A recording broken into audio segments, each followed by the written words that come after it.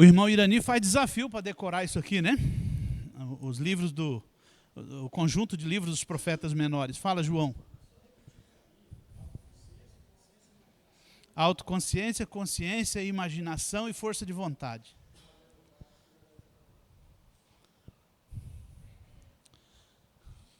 Esses são os passos da noética.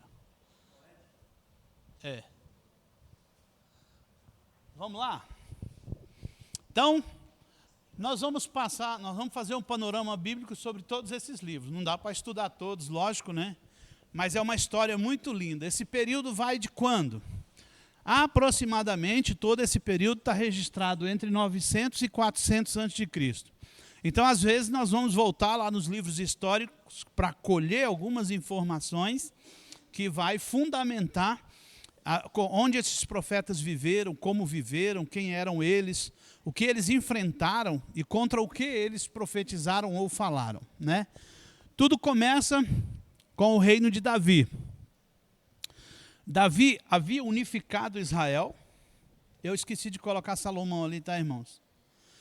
Davi havia unificado Israel. Israel tornou-se uma nação muito poderosa. E, como Israel tornou-se muito poderosa, Israel não tinha mais inimigos. Não tinha inimigos, ninguém ousava olhar para Israel, porque existia um poder bélico muito grande. E também, Israel não tinha problema financeiro, irmãos. Era um reino de paz, né? E Davi, perto de morrer, nomeia Salomão. E Salomão, como não tinha problemas nem financeiro e nem problema de relacionamento com as nações vizinhas, Salomão não tem muitas preocupações nesse campo. Então Salomão vai investir em quê? Em arte, em cultura, né? Por isso ele é o grande escritor. 1005 provérbios, não sei quantos cânticos, né? E deixa um legado importante para nós, né? Os livros Salmos, Provérbios, Eclesiásticos e Cântico dos Cânticos são obras fantásticas e que nos trazem ensinamentos até hoje a respeito do reino do Senhor. Mas Salomão, ele começa a cometer alguns erros que lá em Deuteronômio, quando nós vemos que eles dão as diretrizes, como que um rei deveria se portar, um rei deveria ser um cara comedido, né? Um rei não podia ter muitas mulheres, né? Já começa por aí, né? Um rei não podia gastar dinheiro à toa. Ele devia ser equilibrado nas finanças, né? Mas o dia que eu li o valor que Salomão pagou numa biga do Egito, era uma Ferrari, uma McLaren hoje, entendeu? Então paga um valor desse numa carroça com um cavalo do Egito, né? Então você vê que ali ele já estava deslumbrado com toda a sua soberania em frente ao mundo. Eu sou o rei da nação mais poderosa. As pessoas vinham visitar Salomão como a rainha de Sabá, que chega e fica boquiaberta com toda a sua grandeza. Mas Salomão, diante de tudo isso, esse distanciamento de Deus, por confiar nas nações, no Egito, no comércio, né? Ele vai sucumbindo diante da mistura que aconteceu com o pensamento e a cultura dos povos vizinhos, e aí o reino divide, né? O reino divide entre o reino do sul, que começa com Jeroboão, e o reino do norte, que começa com Roboão. O reino do norte tem a capital em Samaria, quando é dividido. O reino do sul tem a sua capital em Jerusalém. Nos profetas menores, você vai ver que as profecias, às vezes, são dirigidas a Efraim e Judá, não é isso? Efraim e Judá. Quando ele chama Efraim, ele está chamando o reino do norte. Está chamando o reino de Israel. Ele não está falando de Judá. Quando ele fala Judá, ele está falando desse cara aí. Por quê? Esse Efraim, por que ele tem essa importância? Ele é um dos filhos de José, né? Quando José vai para o Egito, o faraó oferece uma esposa para José, uma egípcia. José se casa com essa mulher e tem 2 filhos, né? Manassés e Efraim. Então, quando ele leva os filhos para receber a bênção do pai, o que coloca Manassés à direita e Efraim à esquerda, né? O que o sábio Jacó faz na hora de abençoar? Cruza os braços. e abençoa Efraim. Né? Então, a bênção está sobre Efraim. Efraim é um homem que se levanta como liderança no meio desse povo, né? E muitos líderes saíram da descendência de Efraim. O próprio profeta Samuel tem uma vivência muito próxima da tribo de Efraim. Depois essas duas tribos, as tribos de Efraim e Manassés, são incluídas nas tribos dos filhos de Jacó, nas 12 tribos. Já Judá tem uma história interessante, né? Judá é o quarto filho de Jacó. Isso é só um resumo para a gente começar o livro. O quarto filho de Jacó. Qual a importância desse cara? Por manifestar liderança, por estar pronto, entendeu? Vamos fazer isso? Opa, estou aqui. Vamos fazer isso? Não façamos assim, né? Ele foi importante onde? Quando os irmãos foram matar José, ele falou o quê? Vamos matar não? Vamos vender? Melhor do que matar. Vamos vender. E venderam. Quando ele vai para o Egito, que o faraó prende Benjamim, ele se manifesta e diz, fica comigo, né? Eu sou o culpado. Então, esse cara sempre se manifestou diante do Senhor, e o Senhor tem essa proximidade com aqueles que se achegam a Ele, com aqueles que se levantam, com aqueles que tomam postura, com aqueles que recebem o chamado e valorizam esse chamado. Nós vamos ver na Bíblia, muitas vezes assim, que Deus até escolheu homens ali que não tinham os seus princípios, porque esses homens estavam à frente da coisa. E muitas vezes Deus escolheu para ensinar muitas coisas para nós que nós não sabíamos. Então diz que Judá tinha 3 filhos, né? O Er, o Onã e o Selá. O Er casa-se com uma mulher, mas diz que ele não tem filhos. Quando o Er morre, pela lei do levirato, para suscitar descendência, Onã teria que se casar com a mulher de Er. E diz que Onã faz uma coisa que desagrada ao Senhor, e por isso o Senhor o mata, né? Diz que todas as vezes que ele tinha relações sexuais com a mulher do falecido irmão, diz que ele ejaculava ou jogava o esperma na terra para não gerar descendência ao irmão. Então Deus vê isso de mal em Onã e mata eles. Então diz para a moça assim, olha, você vai ficar sozinha por um tempo, porque o meu filho Selá ainda é muito novo, mas quando ele tiver a idade apropriada, eu vou trazer ele e dar como marido para você. E essa mulher ficou desprovida, né? Porque era uma sociedade patriarcal, muito machista, né? Em seus costumes, e essa mulher ficou desprovida ali. Então ela arruma um jeito. Ela arruma um jeito. E ela vai lá para o lugar e espera Judá vir, o sogro. E ela se passa por uma prostituta. E ele tem relação com ela. E ela concebe ali, Pérez e Uzá, não é isso? Mas ele fala que ia dar uma certa recompensa pelo trabalho sexual dela, se é que nós podemos chamar de trabalho. E ela falou, não, deixa algo que avalize isso. Aí diz que ele deixa os objetos dele e vai embora. Lá na frente, toda essa trama é descoberta. Mas qual a importância de Pérez e Uzá? Pérez e Zerá. O Pérez é o pai, é o patriarca da descendência de Boaz. Quem é Boaz? O remidor de Ruth, né? O cara que é fundamental na descendência de Davi para a chegada de Jesus, porque ele é o bisavô de Jesus, acho que é isso. Então essas histórias culminam tudo num funil, sabe? E a gente precisa, dentro do Velho Testamento, conhecer tudo isso para ter uma compreensão daquilo que é a Bíblia. E o que essas histórias nos ensinam? Porque todas elas nos ensinam algo. Nós temos esse mapa aqui, é um panorama de como ficou dividido o reino. Vira para cá. O rei de Judá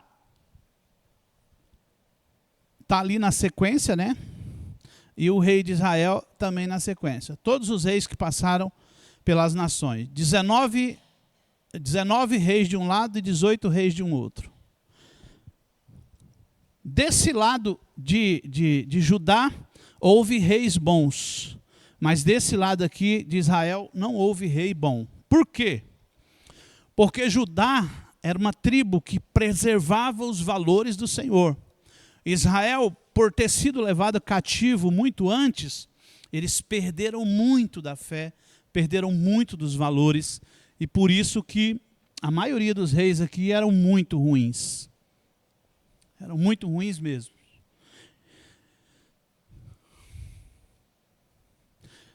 Depois eu disponibilizo no grupo, tá, irmãos? Então vamos lá. Aqui nós temos um mapa cronológico.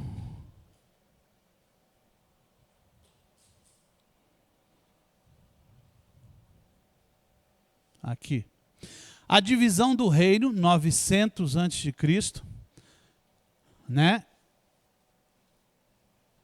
Vai até onde? Cativeiro babilônico, 700 anos. Depois Esdras, Neemias e Ester. Aparece aqui na reconstrução do templo, na restauração. Então, aqui 400 anos antes de Cristo, né? Essa história se encerra. Então, essa história está entre aqui a divisão do reino, toda a história dos profetas menores, até o fim do cativeiro babilônico, a restauração do templo. Nós vamos andar um pouco sobre todos esses profetas que profetizaram nesse período aqui. Eu vou ficar só com os profetas menores, tem outro professor de profetas maiores. Mas esses profetas profetizaram simultaneamente. E tem uns que profetizaram no reino do norte, mas também profetizaram no reino do sul. Aí você vai falar, como é que esse cara está falando aqui também?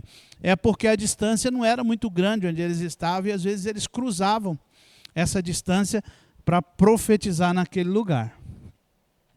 Então, esses profetas viveram aproximadamente nesse período aqui. Beleza? Estou apanhando aqui. Então, vamos lá.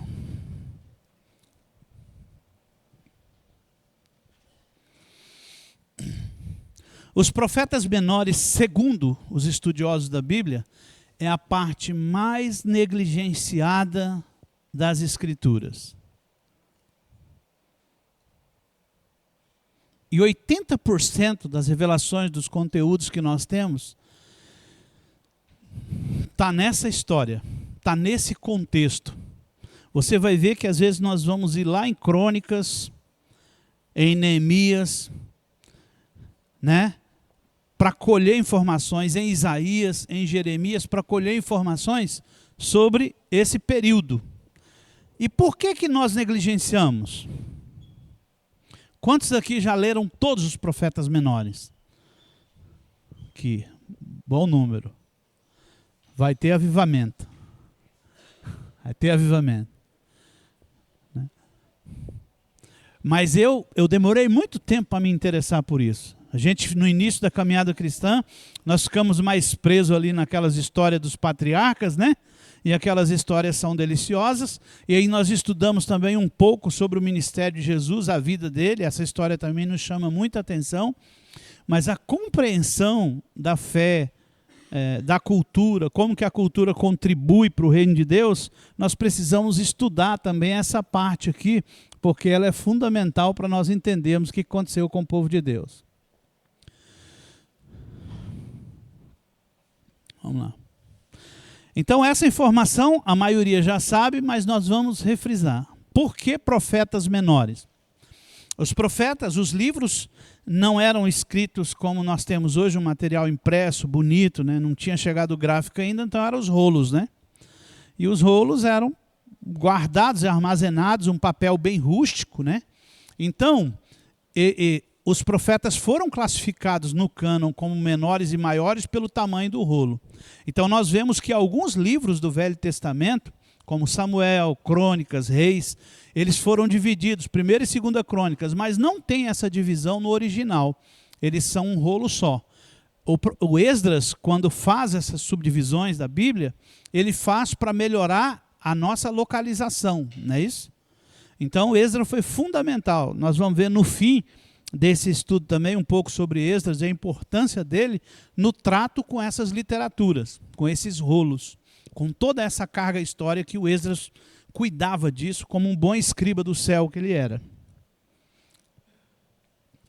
Quem eram esses homens? Agora que é o negócio.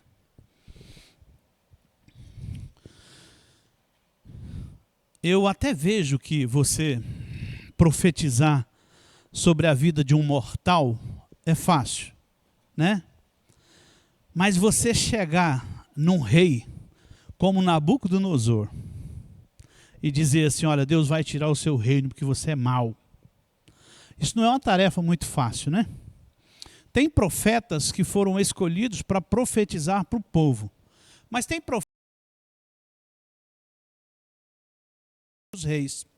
Isaías mesmo, como era da família real, ele profetizou na corte, contra a liderança da casa de Deus. E você vai ver que muitos desses profetas se levantam na profecia contra a liderança da casa de Deus. Então eram homens extremamente ligados a Deus, no zelo, no trato, né, no testemunho, na vida cotidiana deles. Eram homens que tinham uma sabedoria muito grande. Por quê? Tudo que eles precisavam, eles consultavam o céu, né? Então, hoje até a gente vê a banalização disso, né? Desse dom, que na época era um ofício, né? Hoje não tem mais o ofício de profeta, nós não temos mais profetas hoje. Nós temos o dom de profecia, que é um dom considerado, é um dom dado pelo Espírito Santo de Deus. Mas o ofício de profeta vem até João, e ali o ofício de profeta acaba. Todos esses que nós vemos por aí são invenções da cultura religiosa. Mas a Bíblia, quando diz que ele mesmo deu uns para apóstolos, profetas, pastores, doutores e mestres, ele está dizendo que são ofícios, funções dadas pelo Espírito Santo de Deus. Mas o Irineu pode, ao mesmo tempo que profetiza, ser evangelista, ser doutor, ser mestre, mas não porque ele recebeu esse ofício, mas pelo Espírito Santo de Deus que habita nele, né? Então o profeta era chamado para cumprir essa missão, né? E Deus dava uma palavra para ele, e aquela palavra ardia no coração dele, ele ia lá e falava essa palavra. E aí Deuteronômio 18 vai dizer, Deus dizendo: e porei as minhas palavras na sua boca, e ele lhes falará tudo o que eu ordenar. Então eles eram extremamente comprometidos com isso. Nós podemos ver ao longo da história que muitos profetas temeram em entregar determinadas palavras do Senhor, né? Como Daniel, por exemplo, mesmo, ele foi jogado na cova dos leões por causa das suas profecias, né? Então não era uma coisa muito fácil. Mas a credibilidade desses homens era muito grande. Porque os reis vinham consultar ele, né? As autoridades de Israel vinham consultar esses homens, porque sabiam que existia sabedoria do alto, sabia que a palavra desses homens tinha uma credibilidade muito estranha. Então, tinha um estreito relacionamento com Deus e que se tornava um confidente do Senhor. Amós 3:7. Via o mundo e o povo do concerto sob a perspectiva divina, e não segundo o ponto de vista humano. Então, pensa, no mundo todo distorcido, você olhando do ponto de vista de Deus. Os problemas que aconteciam naquela época não eram diferentes dos que nós temos hoje. São as mesmas coisas, é a mesma corrupção, os mesmos pecados, com uma roupagem diferente, mas eles enfrentavam isso. Então esses homens, eles não somente ouviam a voz de Deus, como também sentiam em seu coração. Então, como eles estavam muito próximos, eles tinham essa familiaridade com o Senhor, com a sua voz, com a sua palavra, né? E com um relacionamento muito estreito.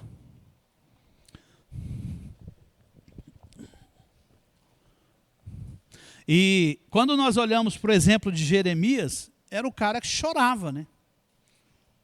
Ele escreve um livro chamado Lamentações, porque ele sofria na pele aquilo que o povo que ele estava profetizando sofria. Então Jeremias tinha essa sensibilidade diante do pecado e do mal. Então geralmente esses homens não toleravam a crueldade, a imoralidade e injustiça, né? Sempre que eles viam isso, como viviam debaixo da ótica de Deus, eles se levantavam, se insurgiam contra isso, manifestando-se, né?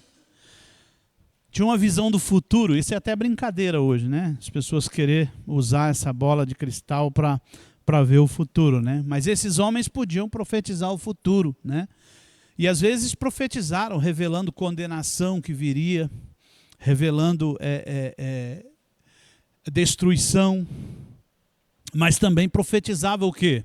Salvação, cura, libertação, né? Eles tinham isso. Então o profeta não era simplesmente um líder religioso, mas alguém possuído pelo Espírito de Deus. Eu vi a seguinte postagem: a Bíblia não é um livro para você ler para pregar para os outros. Né? A Bíblia não é um livro que você precisa ler para fazer sermão para os outros. Mas é um livro que você precisa ler para vivê-lo. Né? Muda completamente a coisa, né? Então, quando a gente olha para a vida desses homens, a gente vê o compromisso deles com essa verdade. Mas como viviam essa verdade.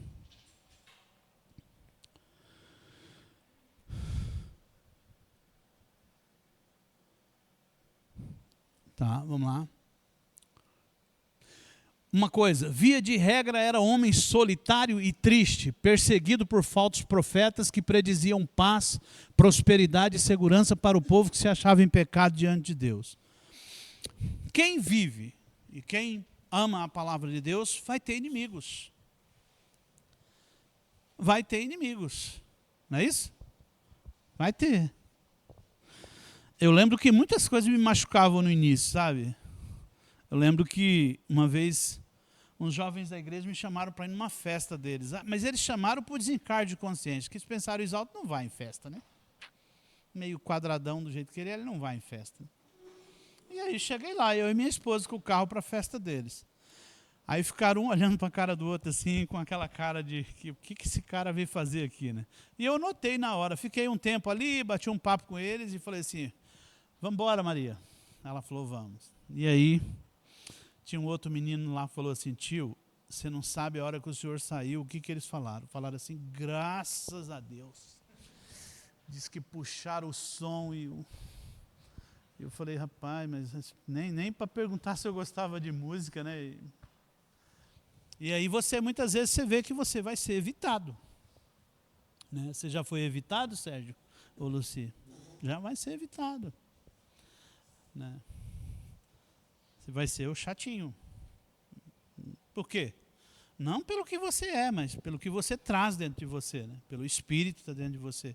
Porque ele se manifesta, por mais que você às vezes queira ficar quieto ali, aquilo queima dentro de você.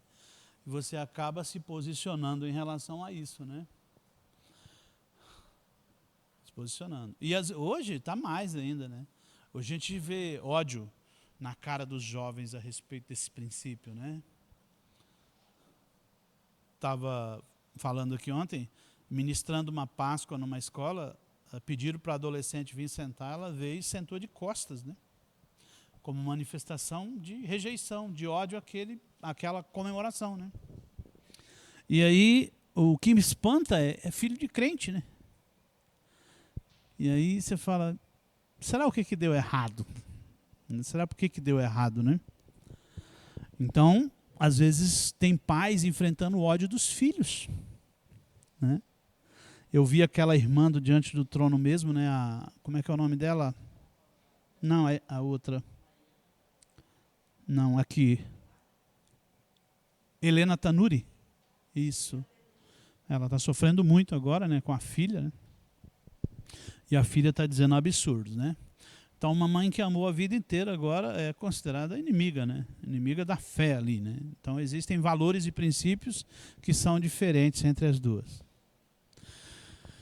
Então, a mensagem desses profetas tinha como objetivo o quê? Instrução, correção e advertência. Sempre que Deus quer anunciar alguma coisa, ele vai manifestar dessa forma. Ele vai levantar alguém para falar. Não é isso?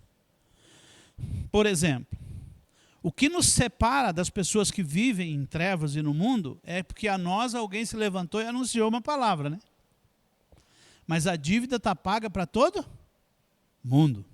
O Senhor pagou a dívida de todos. Mas a mim, um dia, o cara chegou para mim e falou, olha, você não precisa mais viver como escravo. A dívida foi paga. Tem uma proposta. Se você quer o Senhor, ele anula o seu passado e te dá uma herança. E a mim foi anunciada essa proposta. Então, minha missão é anunciar essa proposta às pessoas. Olha, você não precisa mais viver na escravidão. Você não precisa mais viver na prostituição, você não precisa mais viver debaixo dos fardos de vício, né? Então, como o ofício do profeta é esse, anunciar a salvação. Mas também eles anunciavam destruição, anunciavam instrução, façam isso, não façam isso, né? Então, a natureza de Deus, declaravam ser Deus o Criador e soberano onipotente do universo, portanto, Senhor da história. Então, sempre que esses profetas se manifestarem anunciando alguma coisa, quando eles não se arrependiam, vinha a destruição, eles queriam ensinar o quê? Tem alguém no comando, não é isso? Existe alguém que está escrevendo a história, ele se chama o Senhor da história. Então, quando eles ouviam a palavra e se arrependiam, vinha a salvação. Mas quando eles não ouviam a palavra e faziam o contrário, vinha destruição, punição, porque existe um Senhor da história. E hoje existe um Senhor da história? Também existe um Senhor da história. Tem alguém que está escrevendo uma história, né? E um dia nós vamos entender que ele vai concretizar essa história com os seus, como ele prometeu. Outro caráter da mensagem: pecado e arrependimento. Então, geralmente, o que um profeta fazia? Ele compartilhava aquilo que Deus estava sentindo, né? Na pele, em relação a ele, né? Então, quando João Batista se manifesta, deixa eu fazer uma paradinha aqui. Então, o último profeta falou 900, aqui está 400, provavelmente o ano 5 nasceu Cristo, segundo alguns estudiosos, mas a gente usa o ano 1. Aqui, 400 anos antes de Cristo, até aqui é considerada a idade das trevas também. Porque nenhum profeta falou nada aqui. Deus se calou totalmente nesse período. Não se ouviu nenhuma voz. Nenhuma voz foi levantada durante esse período em nome do Senhor. Mas foi levantado alguns movimentos? Foram. Os macabeus, por exemplo, foram irmãos que surgiram, né, dentro, ali no ano 170, e tiveram que pegar em armas. Por quê? O rei Antíoco, né, ele queria destruir a cultura dos judeus, né, e ele fazia o quê? Introduzia os deuses estranhos para dentro do templo, e a última que esse Antíoco fez foi matar um porco em cima do altar de sacrifícios. Isso fez com que os macabeus, os irmãos, o pai e os irmãos se levantassem numa guerra armada e tomaram ali o poder e tudo, mas foi um movimento meramente humano. Por isso que esse livro não está, não entrou no cânon da Bíblia. Mas é um livro que vocês encontram naquela Bíblia que nós chamamos a Bíblia dos católicos, né? Se é que existe Bíblia dos católicos. Mas é importante ler essa história para você conhecer que existia uma história nesse meio aqui. Mas foi uma tentativa humana de manter uma cultura. Mas Deus não falou nesse período. Existem até algumas tradições que dizem que muitos pais que sabiam da profecia de que um menino nasceria, e esse menino seria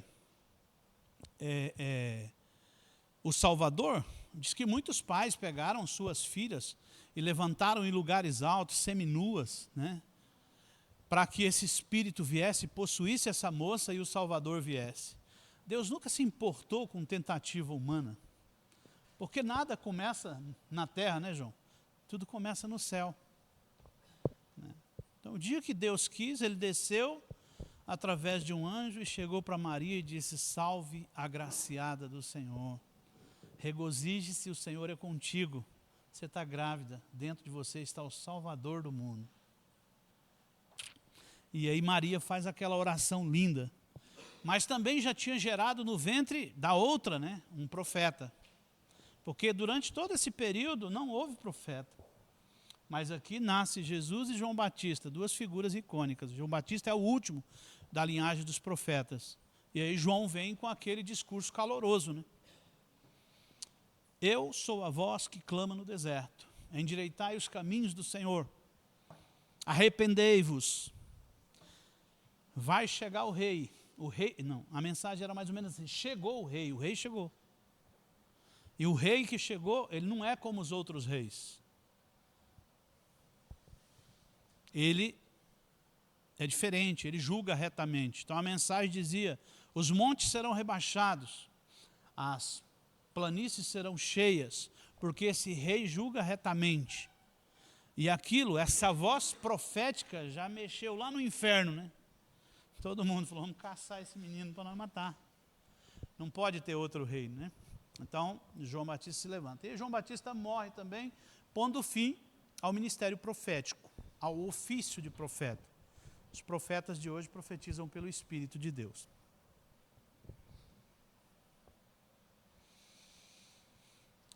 É interessante que esses homens, as visões deles eram muito, assim, a destruição de Samaria pela Assíria e a de Jerusalém por Babilônia, né? A Assíria era uma nação tão brava mesmo, né, que a crueldade da Assíria chegou no céu. Nínive era uma cidade, quando você vai estudar ela, ele tinha um acervo cultural tão grande, Nínive, que a biblioteca de Nínive era uma coisa faraônica.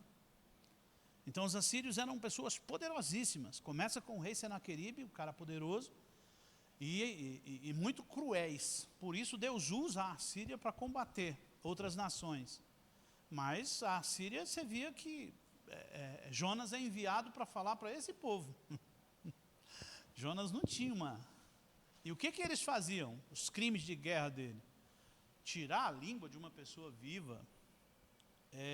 Uma mulher que cometia um pecado sexual era empalada. Enfiava uma estaca nessa mulher e deixava exposta para que as pessoas vissem essas punições. Na rua, segundo o historiador, existiam montões de cabeça. Toda essa nojeira, toda essa injustiça, toda essa...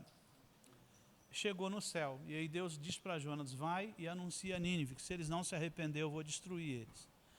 O rei se arrepende, mas 170 anos depois a nação tinha voltado a ser o que era. E aí Deus manda o profeta Naum e fala: ó, vou aniquilar você, você vai sumir do mapa. A sua ruína vai ser um monte de lixo. Tanto é que você procura no deserto, tem algumas coisinhas só, mas a cidade desapareceu completamente. Deus apagou da memória para que não houvesse marca deles. Mas eles, o caráter deles também trazia sempre no bojo o grande Salvador, né? O Messias. Todas essas profecias, elas anunciam um grande Salvador. E ele se manifestava, né? Então,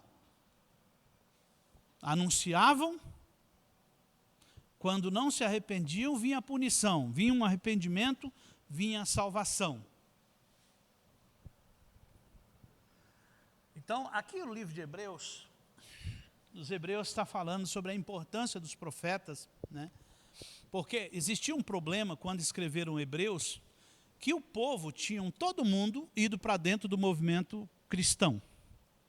Estava dando certo, né? Estava na moda, muitos milagres, muita conversão, a presença de Deus. Então isso atrai todo mundo. E as pessoas vão como enxurrada. Mas no meio disso tem aqueles que não se convertem. Não é isso? E muitas vezes essas pessoas se tornam liderança. E aí, como liderança, sem conversão, sem ouvir a voz de Deus, sem ter direção de Deus, eles começam a implantar coisas da cultura humana. E aí eles queriam trazer o judaísmo de volta. Acho que eles queriam até oferecer sacrifício de animais, sendo que Jesus já tinha morrido, né? Então, o profeta, aqui o autor aos Hebreus fala: havendo Deus outrora falado muitas vezes e de muitas maneiras aos pais pelos profetas, nesses últimos dias nos falou pelo Filho. Então a carta aos Hebreus continua mostrando a supremacia de Cristo e a sua obra redentora. Isto quer dizer que os profetas do Antigo Testamento são antiquados e obsoletos? Não. Nós temos muita coisa deles. Nós temos muito ensinamento desses homens, né?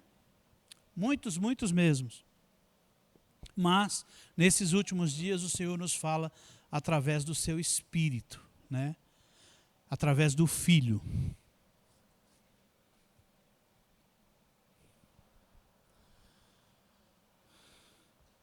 Então, aqui embaixo, irmão. Os sacerdotes, juízes, reis, conselheiros tinham cada um lugar destacado na história de Israel, mas nenhum deles logrou alcançar a estatura dos profetas.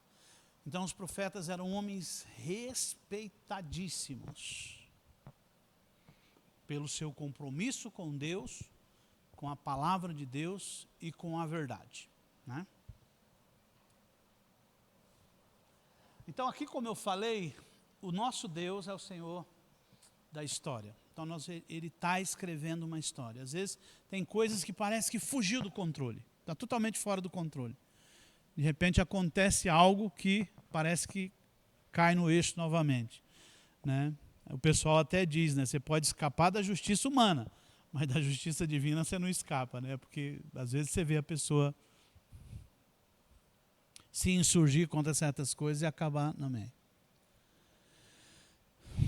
Então aqui, no tempo da dominação assíria, o Egito, no seu apogeu, foi usado por Deus como berço da civilização israelita e a respeito da sua glória e ciência. Deus puniu o Egito, os agressores de Jacó, mas disciplinou também Israel e Judá devido à apostasia, idolatria e ao abandono da aliança com o Senhor. É interessante que o mesmo Deus, né?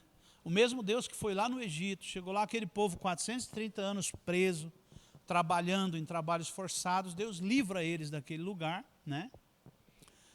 Mas esse mesmo Deus agora se levanta contra o seu povo, né? Porque eles muitas vezes se afastaram da verdade do Senhor. E muitos dando ouvidos às nações vizinhas. Aqui tem um cronogramazinho dos 12 profetas menores. Então, Oséias, Joel, Amós, Jonas, Miqueias e Naum vai profetizar no tempo da dominação assíria, a queda de Samaria em 722, o exílio de Israel na Síria e queda de Nínive em 612, o fim do Império Assírio, tudo é profetizado por esse. Quem profetiza a destruição de Nínive e da Síria é o Naum. Abacuque e Sofonias vai profetizar aqui no tempo da dominação babilônica. Jerusalém, a queda de Jerusalém em 587. Então nós vemos que existe uma diferença. O lado do norte caiu primeiro, a Assíria veio e levou, né? E aí, segundo os historiadores, parece que o rei do lado de Judá ficou pagando propina. Mas Nabucodonosor chega em 587 dá 13, 137, vai dar 140 anos, né? 140 anos de propina. Então, as 10 tribos é levado pelos assírios, em 722, e as pessoas do lado de Israel, muito pouco voltam, exceto aqueles que migraram durante o exílio para o lado do sul. E é por isso que Jesus, quando se manifesta, ele se manifesta justamente para as ovelhas perdidas da casa de Israel, né? Porque eles não voltam, só Judá volta depois. Judá manteve os costumes, a tradição, o culto ao Senhor, né? Teve reis bons que buscavam o Senhor, que estabelecia concertos com o Senhor. Depois nós temos Obadias, que profetiza durante o período do exílio, que foram 70 anos, e profetiza também a queda da Babilônia em 539. Agora aqui, esses três últimos, Ageu, Zacarias e Malaquias, já chegando lá no fim dos três profetas menores finais, aí nós temos a dominação da Pérsia. E aí o rei Ciro, esse cara que é um instrumento, um homem usado por Deus para libertar o povo, né? Ele emite um decreto lá, 538, o decreto autorizava a volta do exílio, investiu também na restauração do templo e teve também a espera do Messias. Esses profetas aqui são após o exílio. Todos esses outros profetizam no exílio. Esses aqui profetizam no cativeiro, Obadias no cativeiro, e aqui os últimos três, a repatriação, a volta dos exilados, né? Ficaram 70 anos de nação estrangeira, aí volta agora do exílio para reconstruir o templo. E aí volta todas aquelas figuras que nós vamos ver lá no final, né? Esdras, Neemias, né? Zorobabel, Josué, eles vão voltar para reconstruir o templo.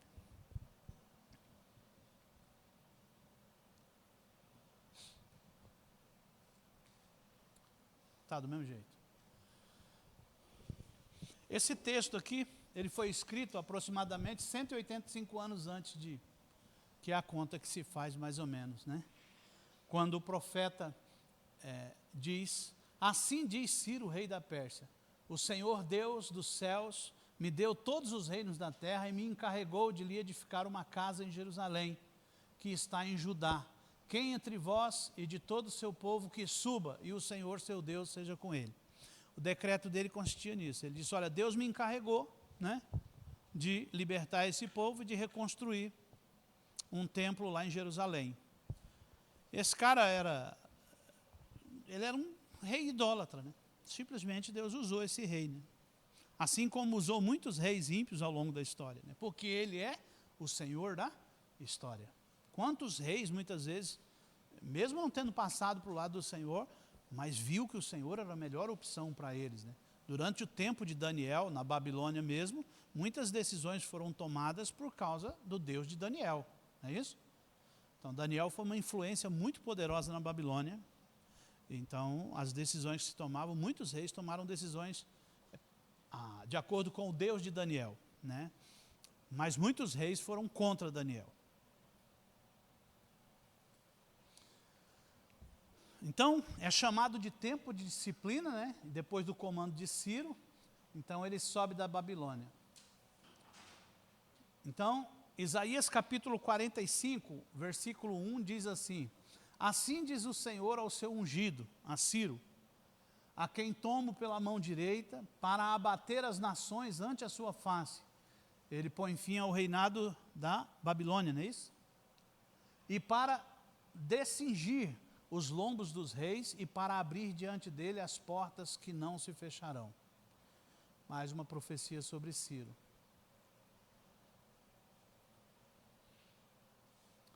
Aqui tem mais uma divisão, que é a mesma, né? Olhando por aquele coisa lá. Aqui, a idade cronológica dos profetas, né?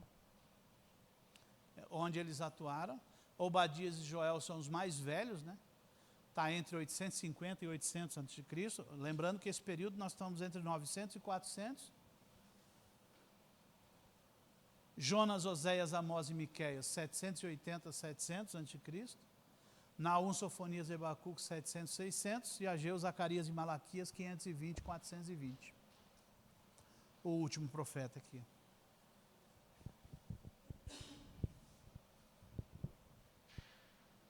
Passando.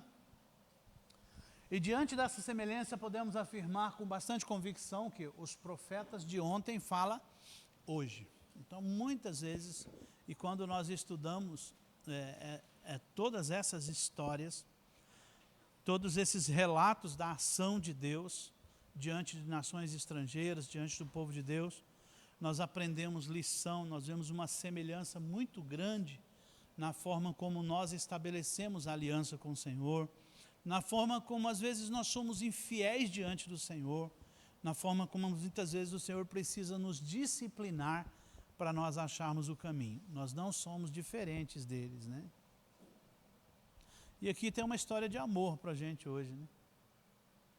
É isso?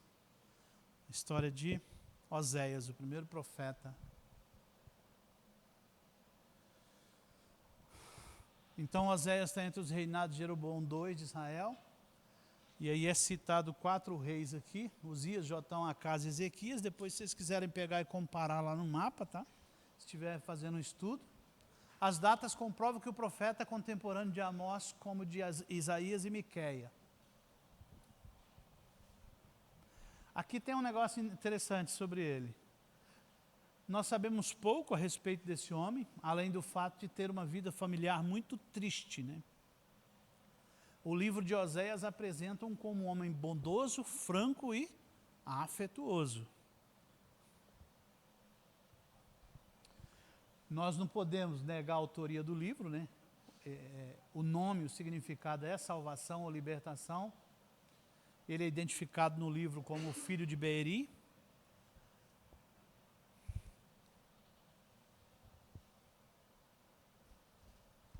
Então aqui, legal, já começando, Oséias foi chamado por Deus para profetizar o reino de Israel, o reino do norte, né?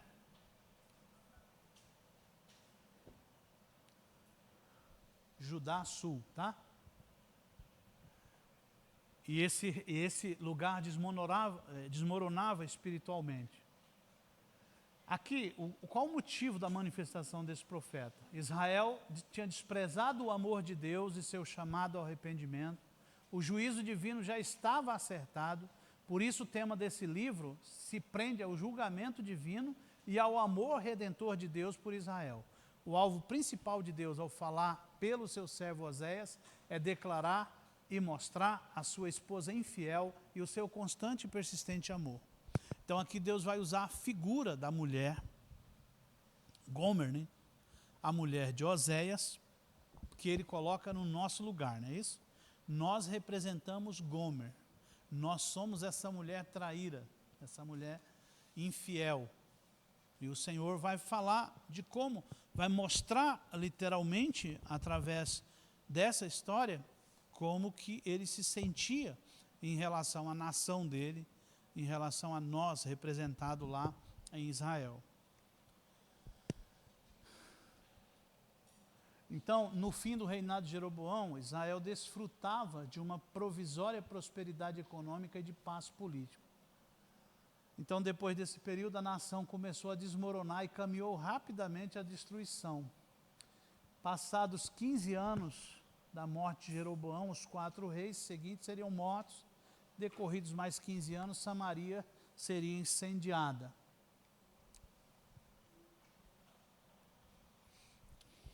Vamos passar.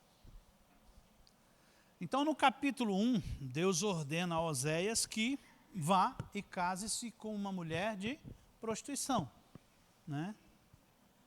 Case-se com uma mulher de prostituição. Então, existem algumas interpretações para esse fato. A primeira dela, alguns pensam que ele recebeu a ordem de Deus para casar-se com uma mulher decaída, o que ele fez, né? Então, ele foi nós podemos interpretar como ele foi lá num prostíbulo e escolheu essa mulher que já vivia decaída. A outra interpretação é que essa mulher teria se casado com ele e teria decaído após o casamento. E a outra acha que isso é só uma mera visão e não uma experiência real. Então tem essas 3 buscas de conhecimento, né? Mas o fato é que a mensagem do livro revela o que a nação estava vivendo. A nação estava prostituindo. A nação, ao invés de muitas vezes, quando tinha problema financeiro, problema de saúde, ao invés de procurar o Senhor, procurava quem? O Egito, né? A Síria, as nações vizinhas. Tendo uma promessa de Deus, que ele era o Deus que curava as enfermidades deles. Quantas vezes ele se refere a Efraim, dizendo, olha, você foi procurar o Egito, né? Eu estava aqui na sua frente e você foi procurar. E isso nós fazemos constantemente, né? Constantemente nós muitas vezes buscamos todas as opções para depois consultar o Senhor. O Senhor estava chateado com isso, né? Por que eu sou o último, né? Por que todos vêm antes de mim? Por que essa mistura, né?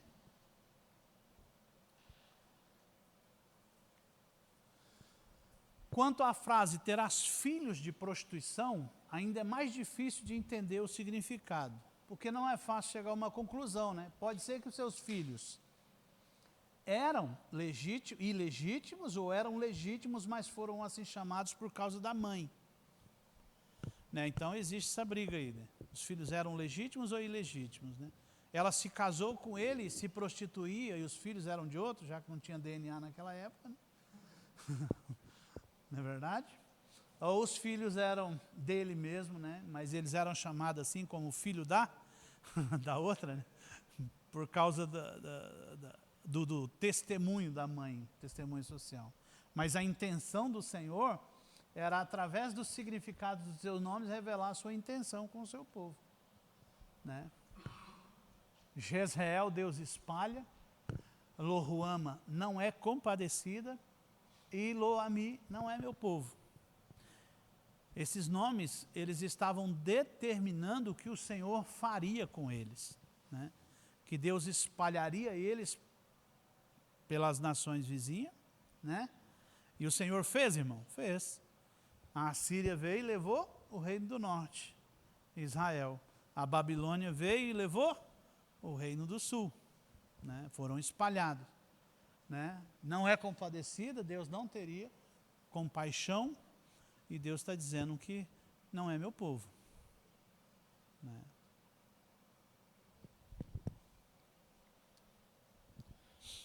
Então Deus usa geralmente o casamento para simbolizar seu relacionamento com Israel. Como o noivo se alegra da noiva, então de ti se alegrará o Deus. E eu sou o vosso esposo, Jeremias 3,14. Israel é a noiva de Jeová, ao passo que a igreja é a noiva do Cordeiro. Deus disse de Israel, desposar-te-ei comigo em fidelidade. Então o que o Senhor espera do seu povo, da sua noiva, né? Que um dia vai ter as bodas, né? Nós estamos no período, nós fomos desposados ou desposadas como noiva, né? Eu não lembro bem dessa cultura, mas parece que o casamento era feito no ato que a noiva era desposada, né? Então tinha aquele período para arrumar as coisas, o senhor me corrija se estiver errado. E durante esse período em que um ia para a casa dele, o outro ia para a casa dele fazer o preparativo, para se juntar depois, aí acontecia a relação sexual em si, que era o selo da aliança. Então o rapaz ia até a casa da noiva, desposava ela, fazia o compromisso, a aliança, e ia trabalhar para prover os recursos necessários para levar essa moça para dentro da sua guarda. E a moça ia levar o dote, né? Mas e o povo se confunde isso com namoro, né? Não tem nada a ver com namoro. Ali não tinha como voltar atrás, né? Ah, pronto, né? Então, o problema da gravidez de Maria é que justamente acontece no período que ela estava de aliança com José. José podia dizer, não quero. Podia expor ela. Ela seria apedrejada. Mas José não fez. Né? Mas esse período era isso. Então o Senhor está nesse período com a gente. No período probatório. Ele disse que foi preparar o lugar. E nós estamos aqui preparando o dote. O dote que ele exigiu é adoração. Né? Adoradores verão o Pai. O que ele espera receber da gente? Só adoração. Né? Adoradores agradam o noivo. Né? Porque adoradores, nós temos muitos louvadores, mas não temos muitos adoradores. Né? Porque o louvor é algo que você faz por alguma coisa que você recebeu. Né? Mas a adoração é que você faz mesmo sem ter recebido nada. Por saber que Ele é, que Ele pode, mesmo que Ele não tenha feito nada para você.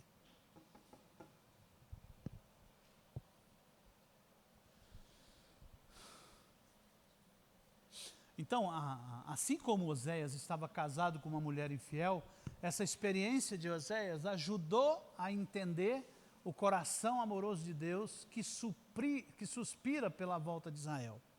Então, assim como Deus dedicou-se inteiramente à sua missão.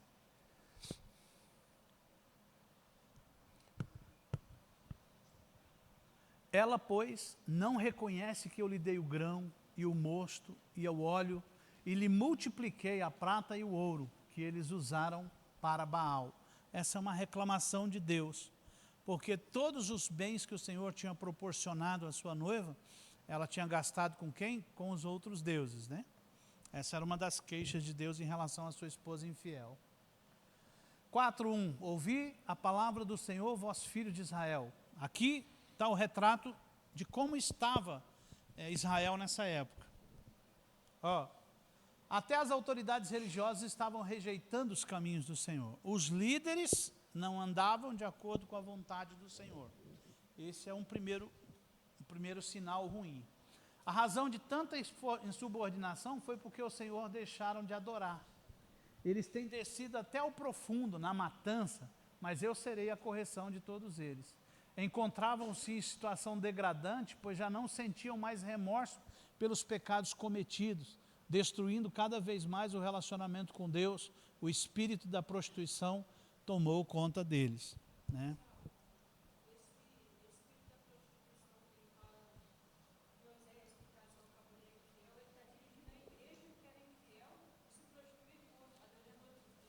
Quando eles procuravam a Síria, o Egito, e se curvava diante dos deuses desses. A prostituição.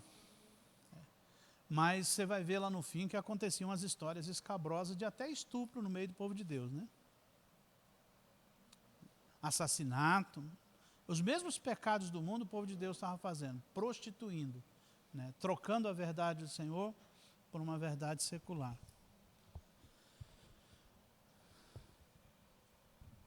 Aqui, lembra que eu falei? Efraim, todas as vezes que o profeta se dirigia a Efraim, ele está se dirigindo o reino do norte, tá? Quando ele se dirige a Judá, ele está falando de Jerusalém. Aqui, a capital é Samaria, como nós vimos, do reino do norte. Aqui, a capital é Jerusalém. Está trocado? Então, eu troquei, gente. Depois eu corrijo ali. Quando Efraim e Judá reconheceram que estavam doentes, procuraram ajuda com os incrédulos assírios. Não encontraram cura e ainda mais o Senhor os castigou e depois os deixou. Porque para Efraim serei como um leão, e eu despedaçarei e ir-me-ei embora. Então aqui o Senhor está falando que ele está furioso, porque não é fácil você ver a sua esposa e procurar o vizinho, né? Você chegar, ela está com o vizinho, né? Então, aqui o profeta está chateado. Aqui o capítulo 6 é uma das mais belas profecias, né? Porque ele começa com um tom de restauração, né? E aí Oséias clama, dizendo, vinde e tornemos para o Senhor, porque ele despedaçou e nos sarará, fez a ferida e a ligará. Ele está clamando o povo, vamos voltar, gente. Ele é o Senhor. O mesmo Deus que despedaçou, que fez a ferida, ele tem o poder de ligar, né? Quer dizer, os outros não têm, mas Deus tem. Então ele chama o povo ao arrependimento, chama essa noiva infiel ao arrependimento. Então o povo está aflito e reconhece que Deus tem ferido, mas que pode também curá-lo. O aparente desejo é de voltar ao Senhor. Aí ele diz, que te farei, ó Efraim, que te farei, ó Judá, porque o vosso amor é como a nuvem de manhã e como o orvalho de madrugada que cedo passa. O amor é superficial. Deus está dizendo para eles através do profeta, o amor de vocês é muito superficial, é como aquela nuvenzinha branca, a cerração de manhã, né? O sol aparece e ela desaparece. Não persiste, não dura, né? E isso a gente traz para a gente, né? Muitas vezes o nosso amor ao Senhor também é assim, né? Qualquer coisa já desiste, já fica bravinho, né? Já fica choroso, né? Já não quer mais ir na célula, já liga para o supervisor e fala, eu quero entregar minha célula. Não sei se entrega a célula. Né? Entregar para quem? Como é que pega os filhos e dá para os outros, né? Tem isso? Pega e chega lá e fala, ó, tá aqui, é seu agora. Tem gente que faz isso e vai embora, como se não fosse deles.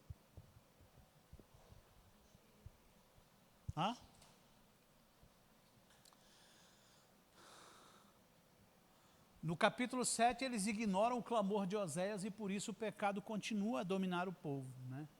Entre os reis e seus súditos não há um que invoque ao Senhor.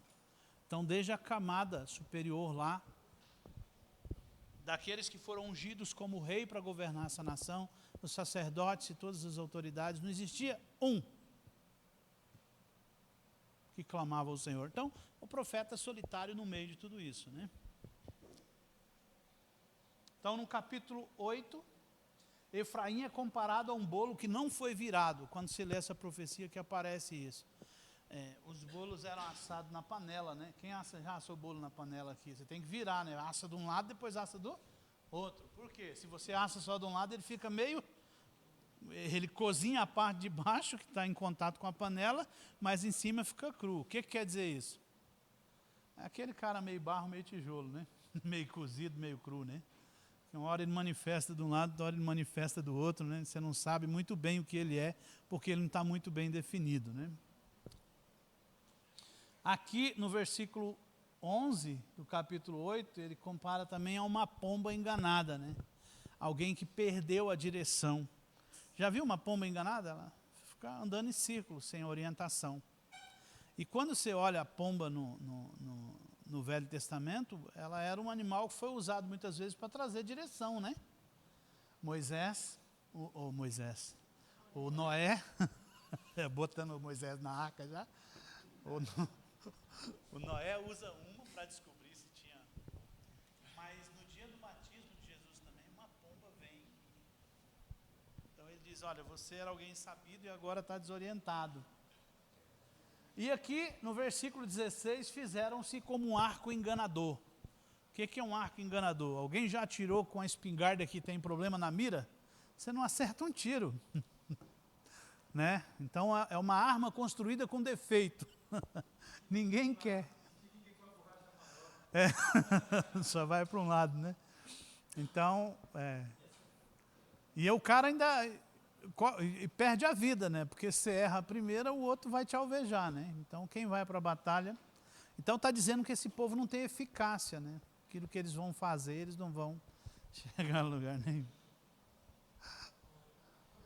E aqui, nos capítulos 8 e 9, Oséias prossegue enumerando os pecados do povo e mostrando que a nação será castigada. E olha que isso vai demorando, né? Oséias profetiza, então, que Efraim seria levado ao exílio, né, o reino do norte lá, com Jeroboão. O Egito simbolizava a escravidão e a opressão que os israelitas haviam sofrido no passado. Deus está dizendo assim, olha, vai voltar ao que era. Eu tirei vocês de lá, mas o Egito vai vir aí. Quer dizer, já tinham sido castigados uma vez por essa nação, e agora ainda procurava essa nação e o Senhor ameaça. E agora seria a Síria, né, que seria o chicote de Deus para eles. Né? E aí diz aqui, Israel tornará ao Egito e na Assíria comerão comida imunda. A gente vê que quando, um exemplo legal disso, porque Israel ele se perdeu logo dentro da cultura dos outros povos. Né? Você viu que alguns remanescentes de Judá, eles permaneceram na cultura do Senhor, né? Daniel mesmo é um deles, né? No Reino do Sul. Ele se insurge contra a cultura babilônica. Ele fala para Aspenaz, chefe dos eunucos, o cara que era responsável pela comida dele, que ele não gostaria de comer da mesa do rei.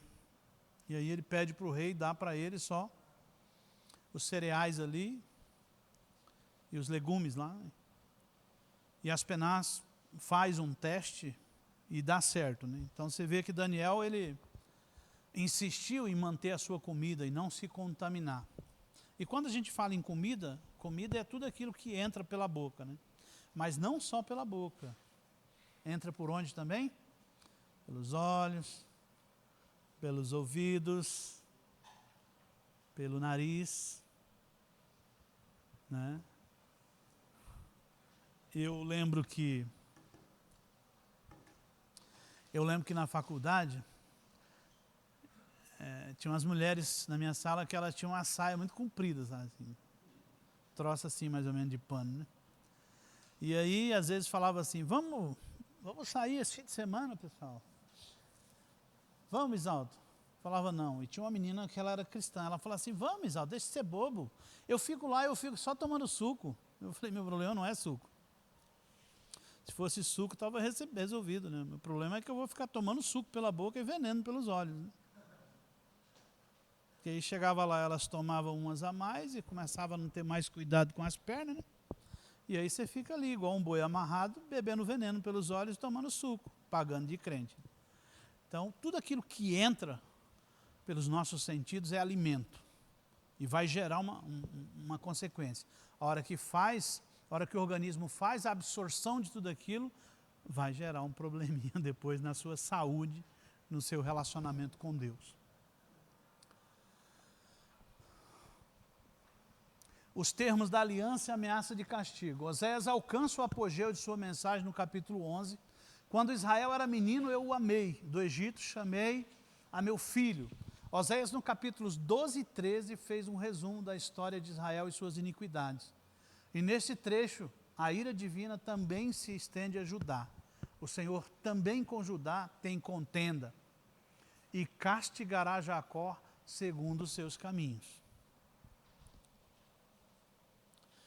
E no capítulo 14, Deus promete restaurar Israel, e o profeta clama, converte-te, ó Israel, ao Senhor. Embora os pecados de Israel fossem a causa da sua ruína, como um arrependimento genuíno e voltando-se para o Senhor, teriam outra oportunidade. O 14, o maior capítulo da Bíblia, é para os desviados, né? Curarei a sua infidelidade, eu de mim mesmo os amarei, porque a minha ira se apartou deles. Então o grande coração de Deus transborda de amor, mas os nossos pecados o impedem de dizer tudo quanto há nele e continua. Serei para Israel como orvalho, ele florescerá como lírio. Essa história é linda porque todas as vezes que essa mulher volta para a prostituição, todas as vezes que a nação cai, mesmo assim agora o Senhor vem como grande remidor, o grande noivo com capacidade de amar, de perdoar, prometendo restauração e dizendo, olha, vou estabelecer uma aliança comigo mesmo de restauração. E ele está apontando aí para o Salvador, né? Então, ao longo da história, nós temos 8 alianças aproximadamente com o Senhor, desde do Éden, a edêmica, até a aliança com Cristo, né? Em todas as 7 primeiras alianças, o homem foi infiel em todas. Todas nós quebramos com o Senhor. Mas na última aliança, Deus falou assim, vou fazer uma aliança comigo mesmo. Vou matar o meu filho, porque se eu fizer com ele, ele vai quebrar. Então, eu vou fazer uma aliança comigo mesmo. Deus fez uma aliança consigo mesmo. E aqui já existe uma profecia quanto ao Salvador. Então, Gomer é levada para a praça pública, né? E lá ela seria sorteada como escrava, né? E Deus manda Oséias ir lá e resgatá-la. Compra ela agora, né? Agora ela vai ser sua propriedade.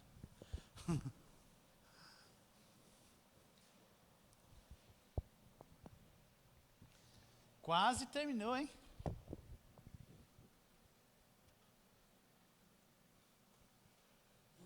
Deixa eu pegar o meu óculos aqui, não estou vendo nada. Eu tenho 8. Dá um tempo aí para mim.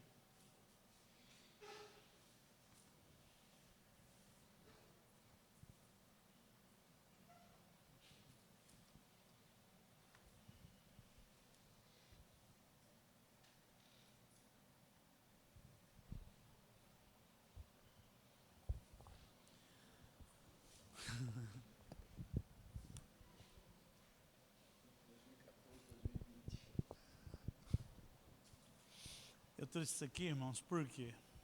Porque existe os produtores de cultura do mundo, não existe? Vocês acham que Israel estava experimentando a mesma coisa? As culturas que vinham do mundo entravam para dentro de Israel. E aqui, nós temos alguns aqui, né? Quais são as pessoas que determinam a cultura? Aqui nós temos uma figura de quem? Do governo, o MEC. Aquele que passa aquela bula de filosofia lá no ensino médio dos alunos. ensina para vocês Simone de Beauvoir, Jean-Paul Sartre, Judith Butler, né, e esconde os outros, Karl Marx, né, e a gente fica lá aprendendo aquilo, né, e não lê mais nada além daquilo, só aquilo. Então, os alunos do ensino médio, eles são bombardeados com a influência da cultura do mundo. Às vezes eles saem do ensino médio todos lacradores. Estava brincando com uma menininha que ela é de uma célula aqui, e aí eu estava falando com elas que para se plantar uma cultura, eu falei, quantos filhos você quer ter? Uma disse 4, 5, tem que ter 12, menino. Para plantar a cultura tem que fazer muito menino, né? Ela falou, Deus me livre e meu corpo. Eu falei, ixi, isso é feminismo puro, né? E elas ficaram rindo da minha cara. Mas, por mais que nós não queiramos, nós recebemos diretamente, constantemente, influência da cultura do mundo. Isso é muito mais forte, 1000 vezes que a gente imagina. Eu estava numa oração de 6 horas, uma irmã dirigindo, e falou sobre feminismo, e disse que as mulheres são oprimidas, ela ganha mesmo que os... as mulheres não são reconhecidas, a mulher não tem voz ativa. Meu Deus do céu, essa aí está super contaminada pelo feminismo. E a gente pensa que não existe, mas existe. E aí, nós temos um núcleo religioso, nós temos um núcleo, hoje, no judiciário, né, que dita as regras da nação, né, o que pode e o que não pode. A gente se sente impotente, às vezes, diante disso, né. E, como eu falo desse assunto ética na faculdade, eu meti a foto de alguns líderes religiosos do Brasil na tela e perguntei assim, eles te representam? Né? E a maioria não representa. Porque muitos se contaminaram com a cultura do mundo. Esqueceram a cultura do céu. É o mesmo que está acontecendo com Israel. Esqueceram do Senhor e estavam copiando a cultura dos outros povos. E o problema sempre foi esse. Então, às vezes, nós não valorizamos a nossa cultura, né? A cultura da palavra de Deus, a cultura da oração, a cultura da busca ao Senhor, de ter vida ao Senhor. Mas nós gostamos muito de reunião, de festa, de coisas que às vezes são boas, mas não nos levam à profundidade. Uma coisa é você ter a palavra de Deus e colocá-la em prática. Outra coisa é você fazer parte de um monte de movimento e não fazer prática, né? Às vezes você não vive a cultura do céu no casamento, na educação dos filhos, né? Às vezes nós estamos na igreja vivendo a cultura do mundo na educação dos nossos filhos, né? Então, quando nós fazemos isso, nós estamos reproduzindo a cultura do mundo, não só na vida dos nossos filhos, mas na vida dos nossos discípulos, né? Das pessoas que estão sob nossa orientação. Nós precisamos ter muito cuidado. E combater isso foi a grande busca dos homens de Deus, né? É isso? Quando chegou no humanismo ali, como é que é o nome do pedagogo lá, do humanista que criou o deísmo?